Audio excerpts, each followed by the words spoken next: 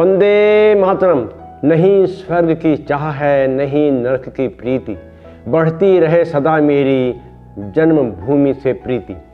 कमाल के थे व्यक्तित्व जिन्होंने भारत माँ की स्वाधीनता की चिंता की, निवास विदेशों में परंतु भारत देश की आज़ादी की चिंता। गदर क्रांतिकारियों की टीम में थे क्रांतिकारी तारक नाथ दास। छोटी आयु लगभग 16 वर्ष के थे तो देशभक्ति पर एक निबंध प्रतियोगिता में भाग लिया। निबंध की भाषा इतनी प्रभावी थी कि निर्णायक मंडल में एक बैरिस्टर परमाथा नाथ मित्र तारक नाथ दास की प्रतिभा को प्रणाम करते हुए उन्हें बंगाल की क्रांतिकारी संस्था अनुशीलन समिति का सदस्य बना लिया और क्रांतिकारी गतिविधियों में संलिप्त हो गए। क्रांतिकारी तारकनाथ दास का जन्म 15 जून सन 1884 में कोलकाता के नज़दीक काठनपाड़ा में हुआ था। आपके पिता का नाम काली मोहन था। वेश बदलकर आप जापान पहुंच गए। ब्रिटिश शासन आपका पीछा कर रहा था परंतु सफल नहीं हो पाया और तारकनाथ दास 1906 में अमेरिका के सिएटल शहर पहुंच गए। सिएटल में आपने कुछ समय तक फार्म हाउस पर नौकरी की और जनमानस को भारत की स्वाधीनता के लिए संगठित करने का कार्य किया। विद्वान और लेखनी में सर्वश्रेष्ठ आपने भारत की स्वाधीनता के उद्देश्य से पत्रिका प्रारंभ की जिसका नाम रखा फ्री हिंदुस्तान। पत्रिका में ब्रिटिश शासन द्वारा भारत में किए जा रहे अत्याचारों को पत्रिका में प्रमुखता से छापा जाता और पत्रिका के द्वारा आपने अमेरिका और कनाडा में रह रहे भारतीयों को नए जोश व उमंग से सराबोर कर दिया और वह किसी भी समय विद्रोह के लिए तैयार हो जाएं। कुछ समय के लिए तारकनाथ दास ने कनाडा सरकार के अधीन इमिग्रेशन सेंटर पर दुभाषिया के रूप में कार्य किया परंतु कनाडा सरकार को शक हो गया और उन्होंने भारत में काम कर चुके विलियम सी हॉपकिंसन को इमिग्रेशन सेंटर पर इंस्पेक्टर नियुक्त कर दिया। परंतु चाल यह थी कि वह तारकनाथ दास की गतिविधियों पर नजर रखे जो भारतीयों के लिए इमिग्रेशन केंद्र पर नरम व्यवहार रखते थे और भारतीयों का कनाडा में प्रवेश आसान कर देते थे। इंस्पेक्टर हॉपकिंसन ने तारकनाथ दास के भारतीयों के प्रति नरम व्यवहार के कारण नौकरी से बर्खास्त कर दिया।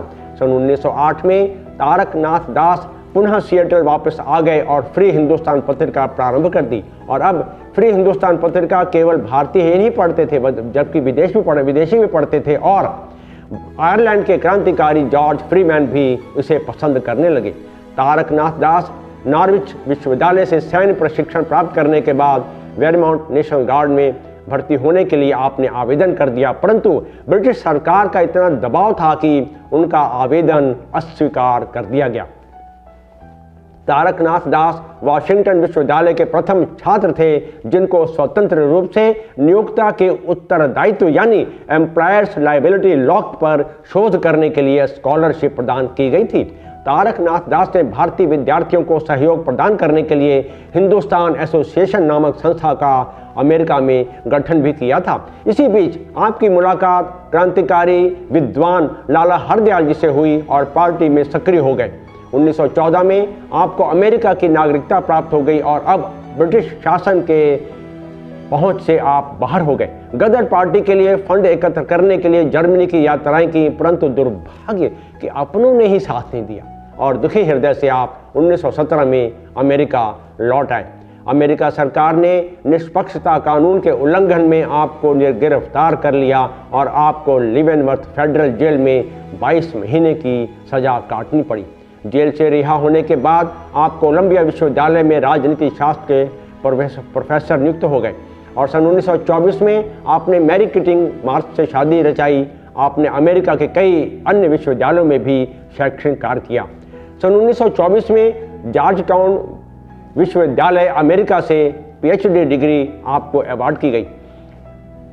जर्मनी के म्यूनिख शहर में आपने मेधावी भारतीय विद्यार्थी के लिए स्कॉलरशिप प्रारंभ की और अमेरिका में सन 1935 में मेधावी भारतीय विद्यार्थियों के लिए तारकनाथ दास शैक्षणिक फेलोशिप भी प्रारंभ की।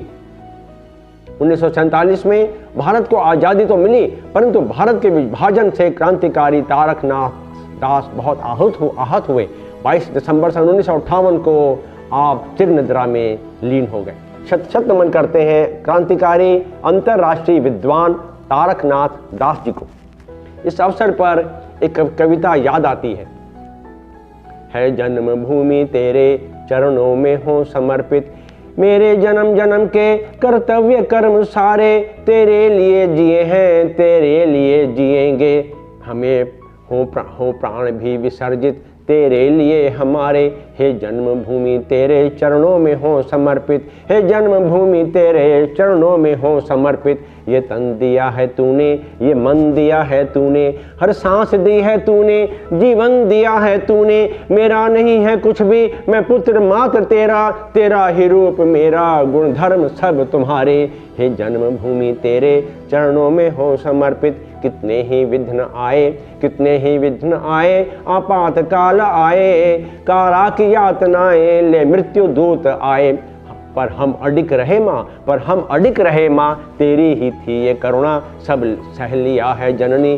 तेरी शक्ति के सहारे, हे जन्मभूमि तेरे चरणों में हो समर्पित। जय जय जय का प्रभात आया, शासन का मोह लाया, पर हमको तेरी सेवा का पंथ ही सुहाया, हे माँ हमें वही दे, चरणों की धूल ही दे, तेरी भक्ति में ही बीते पल क्षण सभी हमारे, हे जन्मभूमि तेरे चरणों में हो समर्पित, हे जन्मभूमि तेरे चरणों में हो समर्पित, हे जन्मभूमि तेरे चरणों में हो समर्पित।